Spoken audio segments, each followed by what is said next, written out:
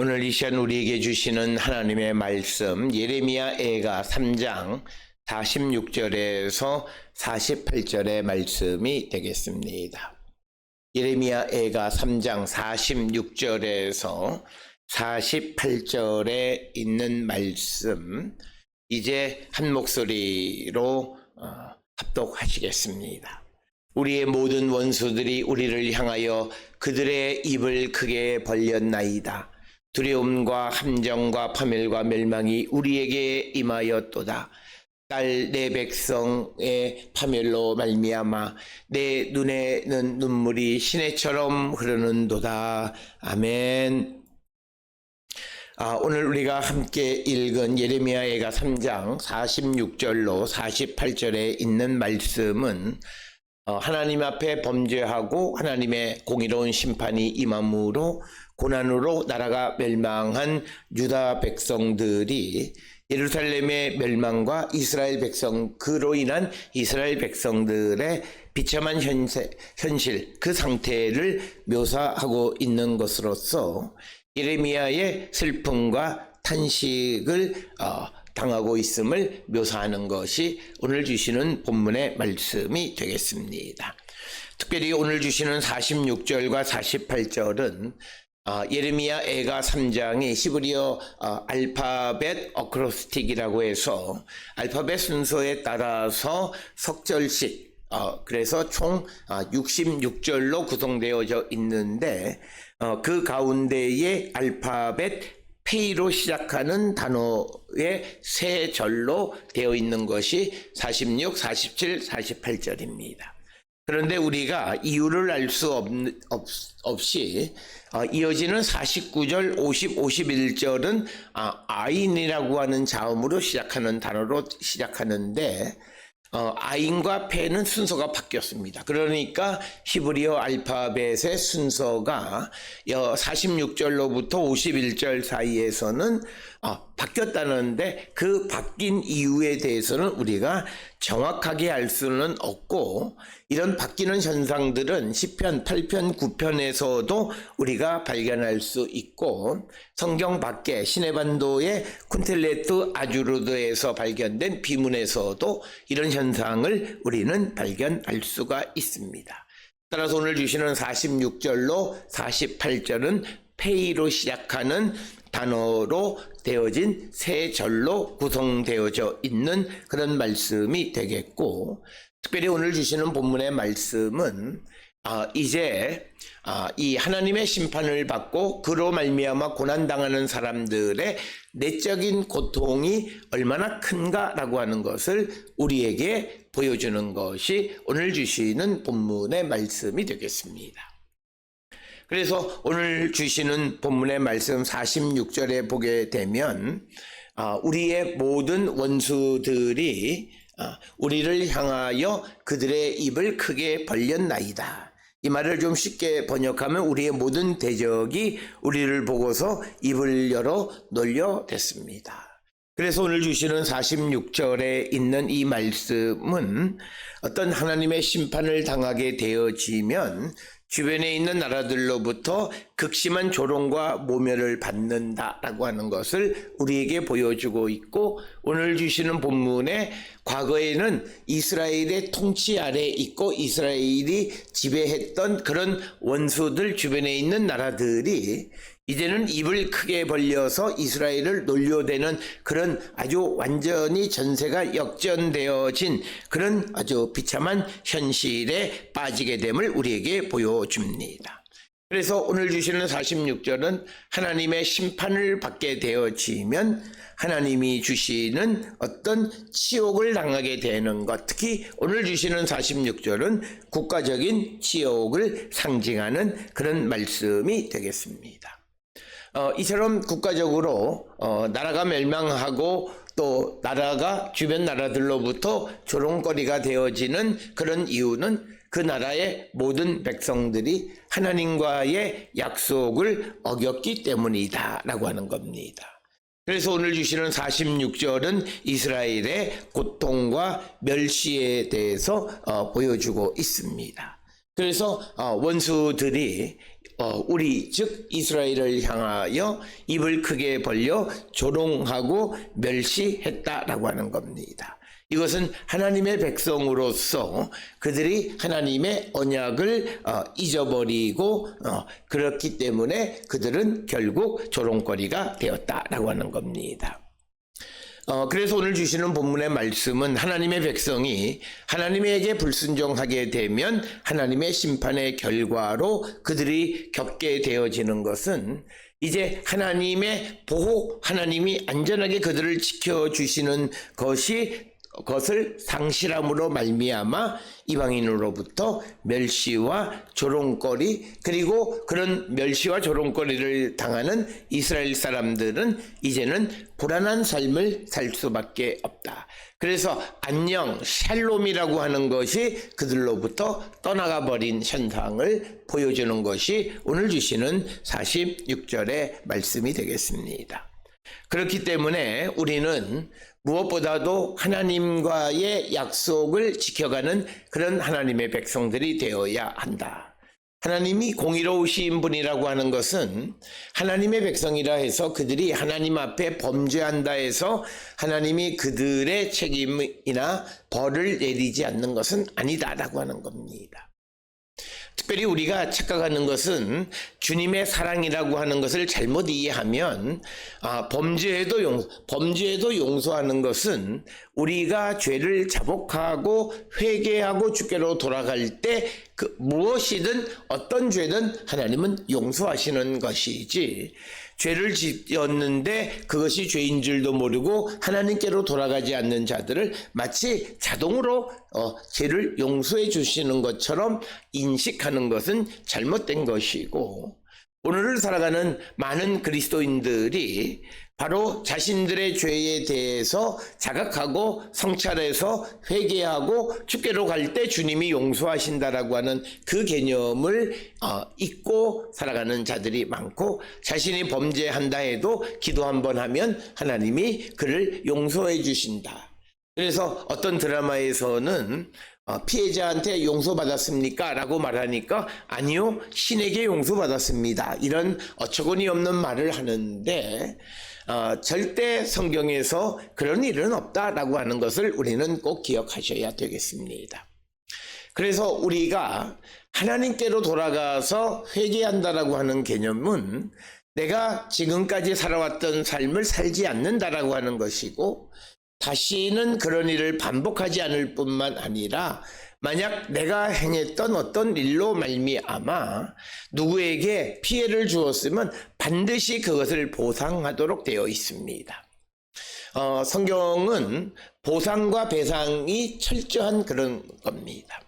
내가 남에게 어떤 손해를 끼치면 그것에 배상할 뿐만 아니라 보상을 철저히 해야 된다. 그래서 내가 어떤 구체적으로 누구에게 손해를 끼쳤을 때 회개하는 것은 그저 기도로 하나님 내가 잘못했습니다라고 하는 것이 회개가 아니라 그 사람에게 내가 끼쳤던 손해를 철저하게 배상하고 보상하는 것이 바로 그가 회개하는 것이다. 그래서 그가 배상이나 보상을 통해서 그가 겪는 여러 가지 물질적이든 여러 가지 고통을 통해서, 그래서 우리가 회개하면 내가 누구에게 준 고통을 같이 나누는 것이다. 이렇게 우리가 인식해야 합니다. 그래서 내가 정말 누구에게 잘못을 했는데 하나님 앞에 회개했는가라고 하는 것은 내가 그 일로 말미암아 심적인 고통이 있느냐. 그래서 오늘 주시는 본문의 말씀도 우리에게 강조하는 것은 뭐냐면, 하나님 앞에 범죄하게 되어지면 그 범죄의 대가로 그들이 하나님 앞에 나가 수밖에 없는 그런 처절한 상황이 되어지고 불안한 상황, 마음의 고통의 상황이 우리에게 주어진다. 그래서 오늘 주시는 본문 46절을 통해서 단순화하면 하나님 앞에 범죄하면 하나님의 보호와 인도하심을 상실함으로 말미암아 불안한 삶을 살아간다. 그래서 오늘 내가 불안한 삶을 살아가는 자가 이 불안함을 해소하는 방법은 내가 하나님께로 돌아가서 하나님과의 관계를 개선함으로 하나님의 보호, 인도하심을 회복해야 내가 안전한 삶을 살아갈 수 있다라고 하는 것을 우리에게 가르쳐주는 말씀이 오늘 주시는 본문의 말씀입니다.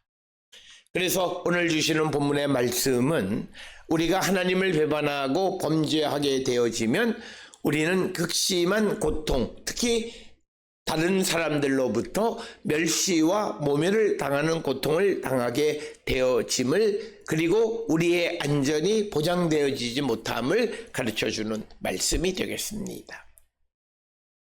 특별히 지금 우리가 살고 있는 이때에 남북의 관계가 별로 좋지 않은 관계 속에서 우리를 위협하는 그 위협으로부터 우리를 지킬 수 있는 것은 우리가 준비해야 되는 모든 것을 잘 준비하는 것도 중요하지만, 우리가 정말 하나님께로 돌아가는 그런 나라, 그것은 곧 이 나라가 하나님의 공의와 정의가 강물처럼 흐르는 그런 나라가 되어질 때 하나님은 이 나라를 보호하십니다.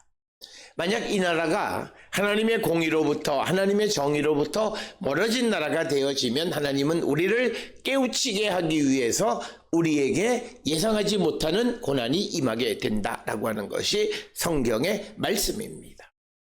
그렇기 때문에 어떤 지도자들에 대해서 정치적 목적을 가지고 무슨 기도하고 안수하고 이런 짓거리 하는 것이 아니라, 지도자가 공의롭고 정의로운 삶을 살아갈 수 있도록 길을 인도하고 그에게 듣기 싫어도 바른 길을 제시하고 그런 우상을 숭배하지 말고 정말 공의와 정의를 실천하고 누구에게도 휘지 않은 저울로 올바른 공정을 행할 수 있도록 인도하는 사명이, 그것이 국가를 위한 것이고 그것이 종교 지도자들이 해야 될 사명이라는 거예요. 그래서 오늘 주시는 본문의 말씀에 우리가 하나님을 배반하고 하나님이 싫어하는 일을 하면 이 나라는 불안합니다. 오늘 우리가 외교적으로 군사적으로 외부의 압박을 받고 있다라고 하는 것은, 우리에게 상징적으로 보여주는 것은 우리 내적으로 하나님이 매우 심기가 불편하시다는 거예요. 그렇기 때문에 우리에게 많은 불안의 요소가 있고 우리를 지켜주시고 보호하셨던 하나님의 보호를 상실할 수 있다라고, 그런 것이 현실로 돌아서기 전에 우리가 하나님께로 돌아가는 자가 되어야 함을 우리에게 가르쳐주는 거예요. 그래서 과거에는 하나님이 이스라엘 백성을 애굽에서 출애굽시켜서 가나안에 정착할 때 주변에 있는 모든 가나안 나라와 모압, 에돔, 암몬 등 주변 국가들을 다 평정해서 이스라엘의 수하에 들어가게 했는데, 이제는 그들로부터 조롱거리가 되어진 것은 딱 하나, 이스라엘이 하나님과의 약속을 어겼기 때문이다. 오늘 우리가 살고 있는 이 시대도 똑같은 현상이 벌어질 수 있음을 기억하고 우리는 하나님과의 약속을 지켜나가는 거룩한 백성들이 되어야 합니다. 그러면서 오늘 주시는 본문의 47절에 그들의 두려움, 함정, 파멸, 멸망이 우리에게 임하였도다. 그러니까 지금 이 하나님 앞에 범죄해서 주변에 있는 나라들이 이스라엘에 대해서 멸시하면서, 그래서 그 이스라엘 땅에 사는 백성들에게는 두려움, 함정, 파멸, 멸망이 점점 그들에게 다가오고 있는 불안한 삶을 살고 있음을 나타내는 것이 되겠습니다. 오늘 주시는 47절은 매우 문학적인 그런 기교를 사용해서 두려움과 함정을 의미하는 파하드와 파하트, 그러니까 두려움, 함정, 이것이 단어적으로 매우 유사한 단어 철자들을 사용한 것이 파하드와 파하트, 그리고 파멸과 멸망을 뜻하는 하셰트와 하샤베르, 그래서 비슷한 자음들을 통해서 우리에게 강조하는 거죠. 그래서 우리가 동의 반복이라고 하는 것은 강조예요. 그래서 그 하나님 앞에 범죄한 자들이 두려움에 빠지게 되었음을 강조하는 것이 오늘 우리에게 주시는 말씀이 되겠습니다. 그래서 오늘 주시는 본문의 말씀은 그 이스라엘의 처참한 현실을 우리에게 보여주는 겁니다.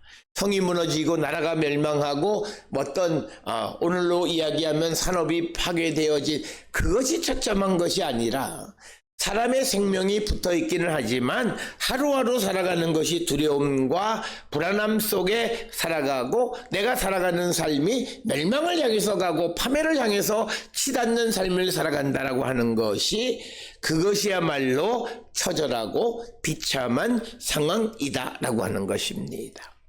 그래서 두려움, 함정, 그 다음에 파멸, 그리고 멸망, 이것은 이스라엘이 완벽하게 멸망되어진다라고.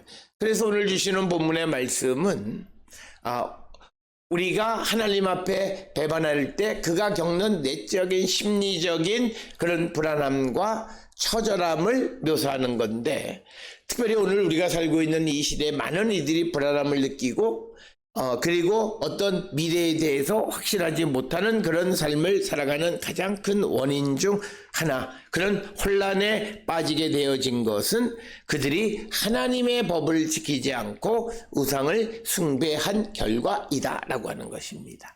즉 하나님의 질서를 따르지 않고 세상의 질서를 따라가게 되므로 그들에게는 더 큰 불안함과 그리고 파멸의 길로 치닫고 있음을 우리에게 보여주고 있습니다.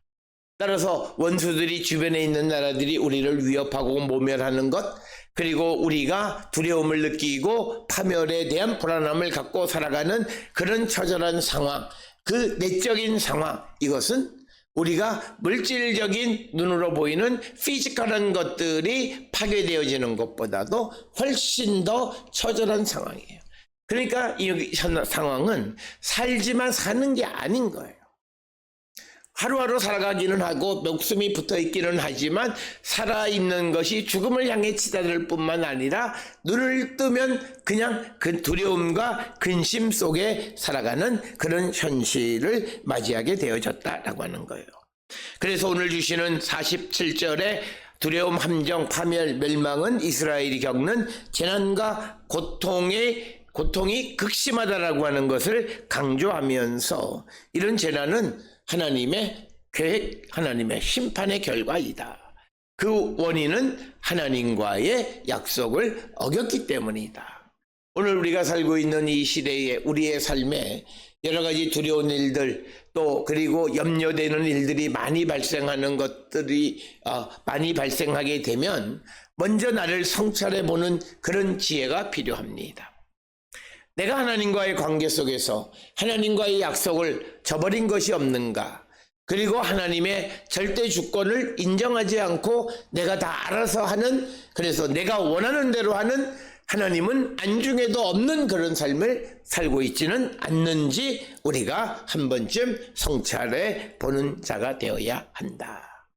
그래서 오늘 주시는 본문은 하나님의 말씀을 떠나면, 하나님과의 약속을 떠나면 그는 불안감 속에 살아갈 수밖에 없고 그는 모진 모멸과 멸시를 조롱을 당하는 그런 상황에 처하고 그래서 극심한 그런 상황에 처하게 된다라고 하는 것이 오늘 주시는 47절의 말씀이 되겠고, 이어지는 48절에 딸 내 백성의 파멸로 말미암아, 즉 이 말은 딸 내 백성이라고 하는 건 이스라엘의 패망으로 말미암아, 예루살렘의 패망으로 말미암아 내 눈에는 눈물이 시내처럼 흐르도다. 즉 하나님의 심판으로 이스라엘이 멸망하고 백성들이 포로로 잡혀가는 그런 상황 속에서 나의 마음은 근심 가운데 슬픔 가운데 살아가는 자가 되었다라고 하는 겁니다. 그래서 오늘 주시는 48절은 특히 내 눈 하는 이 나는 예레미야인데, 예레미야의 슬픔이 얼마나 깊었는가, 얼마나 비통함이 깊었는가를 보여주는 것이 내 민족의 파멸로 말미암아서 내 눈에는 눈물이 시내처럼 마르지 않았다라고 하는 겁니다.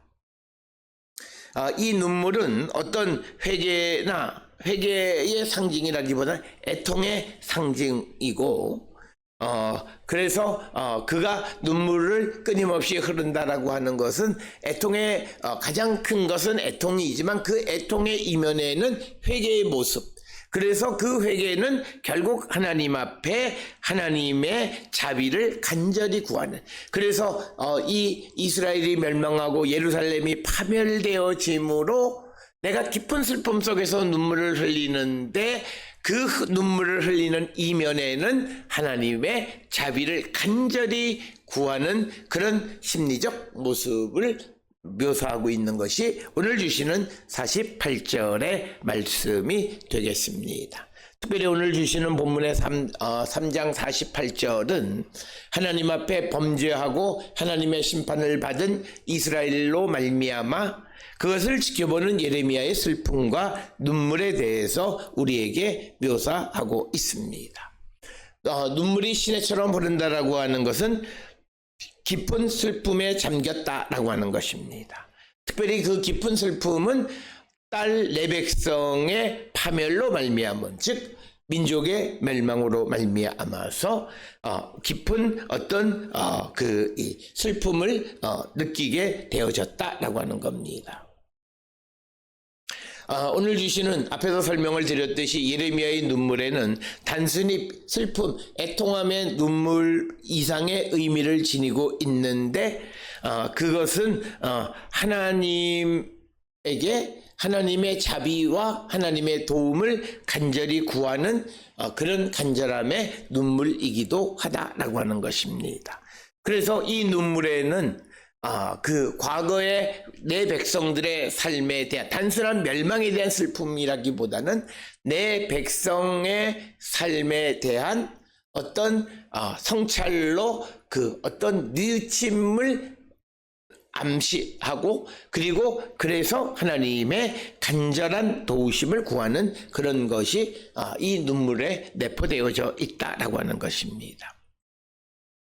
그래서 오늘 주시는 이 본문의 말씀에는 하나님의 공의로운 심판과 자비가 동시에 나타나는 것이다. 특별히 그리스도인들의 삶에서 우리가 배워야 하는 것은 공의, 정의와 자비가 같이 가야 된다라고 하는 겁니다. 예를 들어서 우리가 도시정비사업, 과거에 70년대, 80년대, 특히 90년대에 서울에 정비사업을 한다 해서 노점상들을 막 때려 부시고 막 철거하고 그 한편으로 보면 공의와 정의지만 그러나 그들의 생계의 문제에 대한 자비라고 하는 측면에서는 그것이 잘못되어졌다.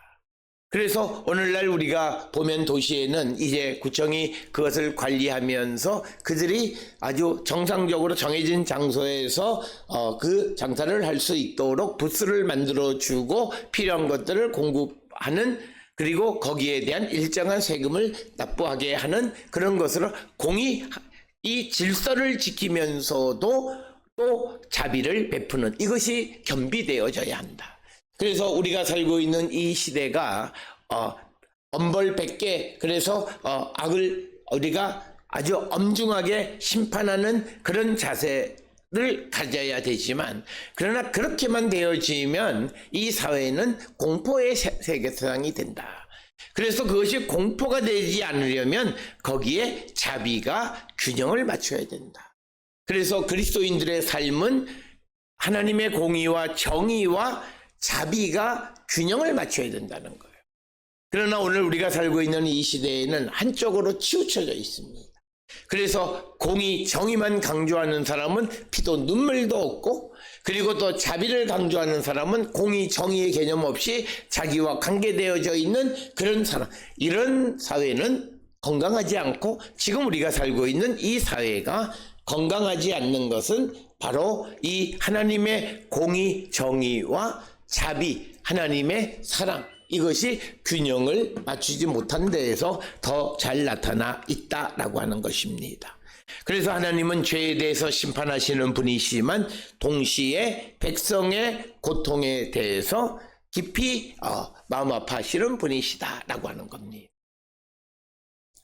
이 두 가지가 겸비되어져서 세상을 살아가고, 특별히 이 땅을 살아가는 이 앞으로 우리가 살아가는 무한 경쟁 속에 살아가고 있지만, 그러나 우리가 공의롭고 정의로운 삶을 추구하지만 거기에는 반드시 자비, 사랑이 겸비되어져서 균형 감각을 맞춰야 이 사회가 정말 정직하고 살만한 세상이 되어질 수 있다라고 하는 것입니다. 그래서 우리가 죄를 졌다 해서 무자비하게 되면 그것이 학살로 가는 것입니다. 그래서 우리는 인류 역사 그리고 우리의 역사를 통해서 공의만 정의만 주장하다가 자비와 사랑의 측면을 잊어버린 그런 역사를 우리가 회상하면서 앞으로 우리가 살아가는 삶에는 이것의 균형을 맞춰 그것이 바로 역사를 통해서 우리가 더 나은 세상을 향해 나가는 것임을 우리에게 가르쳐 줍니다. 오늘 우리가 함께 읽은 예레미야가 3장 46절로 48절에 하나님의 심판의 결과로 백성들의 비참한 상황, 그것을 지켜보는 예언자의 깊은 슬픔을 다루고 있으면서 하나님 앞에 범죄하는 자들이 겪게 되는 내적인 아픔, 슬픔, 이것이 얼마나 큰가를 우리에게 가르쳐 주면서 우리로 하여금 하나님과의 약속을 지켜나가는 자가 되기를 요청하는 것이 오늘 주시는 본문의 말씀이 되겠습니다. 오늘도 세상을 향해 나가 살아가는 우리가 하나님이 우리에게 또 우리가 하나님 앞에 약속한 모든 것을 지켜나가므로 오늘 주시는 46절로 48절과 같은 깊은 슬픔과 아픔과 그런 처절함을 당하지 않는 우리 모두가 될 수 있기를 주의 이름으로 축원합니다.